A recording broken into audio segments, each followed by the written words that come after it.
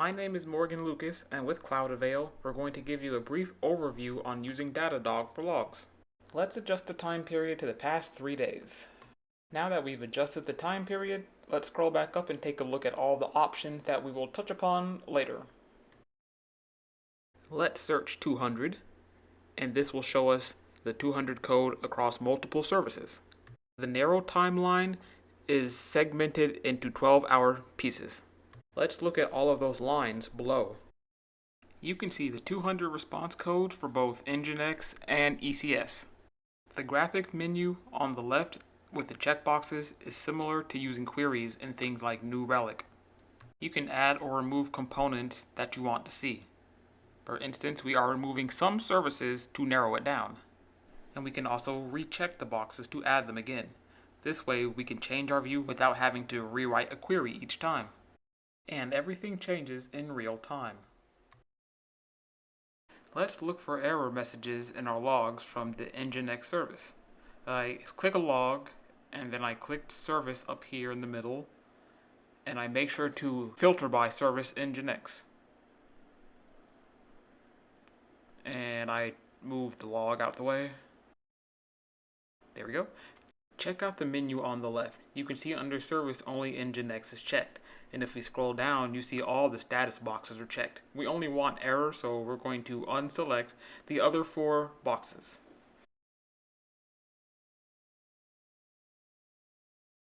There we go. And now you can see all of the errors from Nginx service. While you may not be rewriting the query, you can still see the query being changed in the search bar at the top. See, look, you can see both hosts that we don't want to reference. Status changes are not only reflected in the menu to the left, but also in the search for bar. Note the minus sign in front of status here. This shows that we are excluding 3 types of status terms.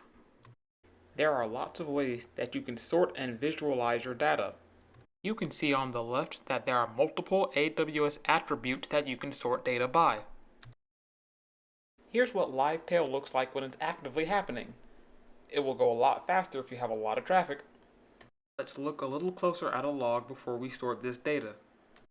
Notice how the GET request has retrieved the image and it shows up in our log. You can see the IP address of the load balancer and the status code. Note the method. If it was a file upload, it could be a post or a put method request. Time for sorting. We can sort by attributes that are a part of this log. In this case, we are going to sort by the source being Nginx. If you look at the query bar at the top, you can see that this is an entirely new query. This is happening in real time as LiveTail is active. Because we're only searching Nginx, even though it's live, if no one is accessing a service on Nginx, nothing will show up. Time to visualize this data. First, we have the standard list view. You can click individual logs and edit your queries in the ways previously mentioned. Next is the time series visualization. This visualization allows you to display the evolution of one or more metrics or logs over a period of time. This time is set to the past 2 days. Different services are marked in different shades of color.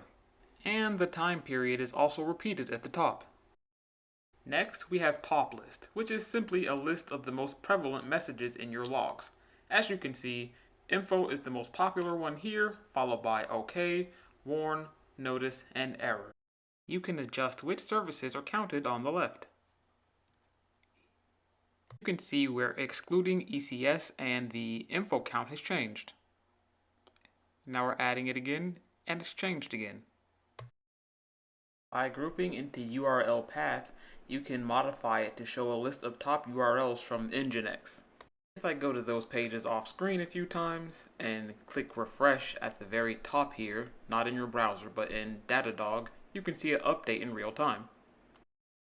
Now we have the table visualization, and this shows the service and how many status messages it received of a certain type.